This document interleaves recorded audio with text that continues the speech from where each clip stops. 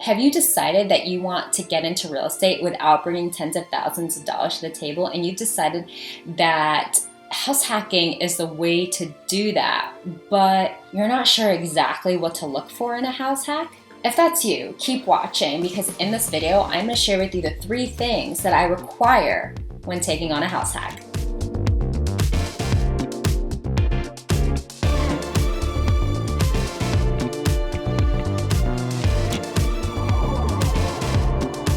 Hello, VP Rookie fam. What's up? I'm Suni, and I'm here with part 3 and the very last installment of my 3-part house hacking series.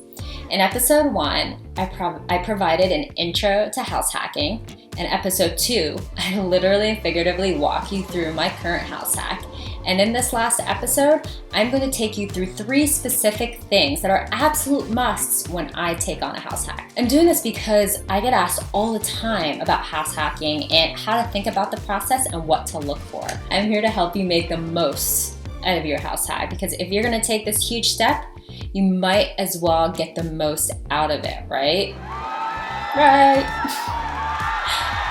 So if you want to keep learning the hard-earned, tried and true tips and tricks of other investors, please subscribe to this channel and my Instagram.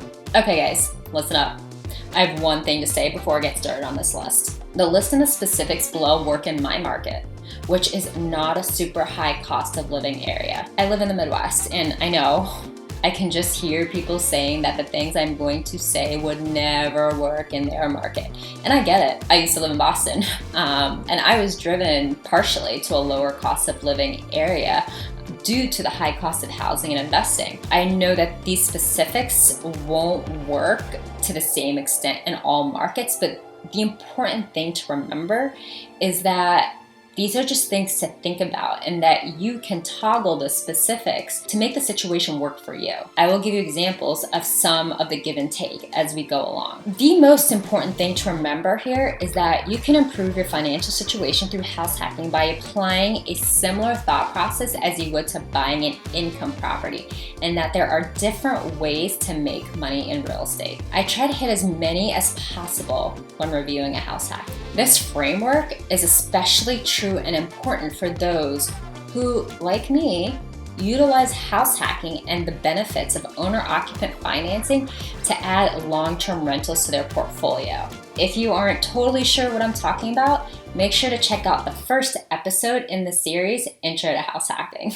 The 3 things that I require when I take on a house hack are, drumroll please, 1, equity, 2, cash flow, and 3, appreciation.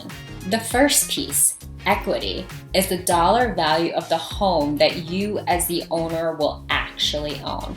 I want to make sure that when I buy the property, I am buying it for a lower price than what the market commands. The difference between my purchase price and the market value will be the equity that I own and an instant addition to my net worth. And that is created simply by purchasing the property. This is important because at the time of purchase is a unique opportunity to increase my net worth that I can't recoup later on in the process in the same way. You literally never know what's going to happen in real estate. I've had people not pay rent for 6.5 months.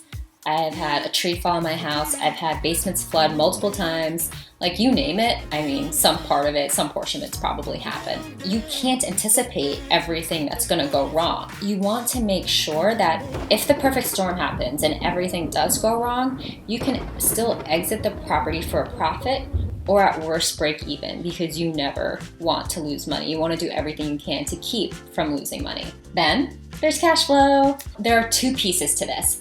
1, cash flow as a non-owner occupant, and 2, cash flow as an owner occupant. The first thing we will discuss is cash flow through owner occupancy, which is also known as living in the property you purchase. And for that, I just want to make sure that whatever plan I have to use my home to produce cash, that plan will be enough to cover enough of the mortgage to help me hit my goals. This is the part that's especially personal and flexible for people in different life stages, different cost of living locations. Some can get some of their mortgage covered, some can get their expenses slashed in half. Just figure out what works for you, your goals, your lifestyle, and go from there. When it comes to non-owner occupancy, i.e.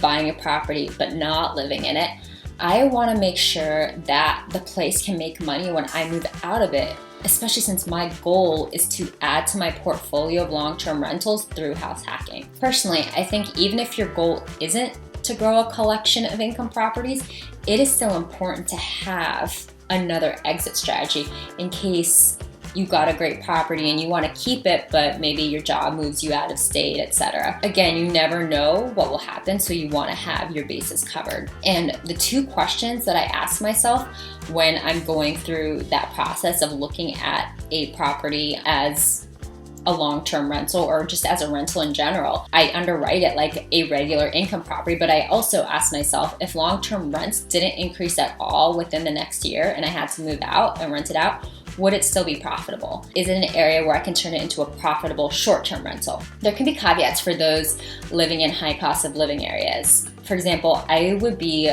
way more lenient with my cash flow requirements if I was in a high cost of living area by shooting for closer to break even, or even just lowering my expenses if I knew that I could get into the property with a higher level of instant equity, or if I could make it appreciate to a greater extent. Side note, guys, if you're having trouble underwriting income properties for different rental strategies, be sure to check out the link below. I've been using the BP calculators for years and they are really helpful. And speaking of appreciation, this takes this back to appreciation. Appreciation is the increase in the value of home over time. The more the home appreciates, the more your net worth increases through the equity in the home. Remember point number one? The fun thing is that there are two ways that appreciation can occur. One is organically, and the second way is through forced appreciation. Organic appreciation occurs through the passage of time, as home values increase over time due to supply, demand, inflation, other factors. The owner of just a single and specific home can't really influence the market appreciation, but they can force appreciation on their home to a certain extent. Forced appreciation is increasing the value of your home by updating and renovating it. Cosmetic updates such as painting the interior and exterior, painting the kitchen cabinets, updating hardware, light fixtures, installing backsplashes, upgrading appliances, all of these can go a really long way in making a property more desirable to current and future renters and increasing the property value of the home. And the best part of cosmetic upgrades is that a lot of the work can be done cheaply by hiring handymen or by doing some of the less technical tasks yourself. Other more invasive upgrades that can force appreciation can include adding bedrooms or bathrooms, and depending on your area, these upgrades can add a lot more value to the home than the cost of the renovation itself. Just make sure to do your research and be mentally prepared to live in a renovation zone for a few weeks. So there we have it. My 3-part series has come to an end with this episode where I share the 3 things that I look for when taking on a house hack: equity, cash flow, and appreciation. What are your thoughts? We'd love to hear them and any more questions that you may have. So feel free to drop them in the comments below. And don't forget, if this video helped you, please like, share, subscribe to the BiggerPockets Rookie YouTube channel. Don't hesitate to follow me on Instagram or visit my website, griffixpropertygroup.com. Bye.